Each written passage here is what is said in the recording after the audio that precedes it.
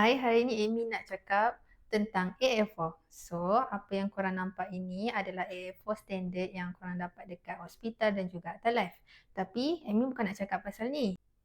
Hari ni Amy nak cakap berkenai 3D printed AF4 iaitu Pyro AF4.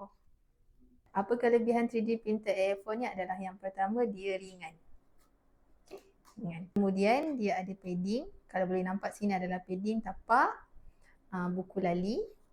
Dan juga dekat belakang betis ni lah. Padding ni function dia adalah untuk bagi comfortable dekat patient dan juga yang belakang ni untuk menghalang pressure daripada betis kita terkena bahagian tajam belakang ni lah.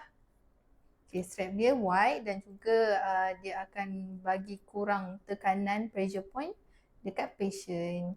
Standard AF4 yang kita biasa dapat kosong saja. Tak ada kan? Untuk Pyro ni kita ada ventilation grill, function dia adalah untuk memberi ruang udara dan juga kurangkan kepanasan kepada pasien. Kemudian kita ada anti-slip. Korang nampak tak ni? Ini adalah function dia untuk memberi grip daripada bagi pasien tergelincir semasa pakai. Okay, dan yang terakhir disebabkan iPhone ni diperbuat daripada 3D printed, dia ada flexibility. So korang tengok ni. Boleh nampak tak? So, korang dah tahu kan apa perbezaan solid A4 dengan 3D printed A4. Kalau nak tahu info dengan lebih lanjut, boleh hubungi kami.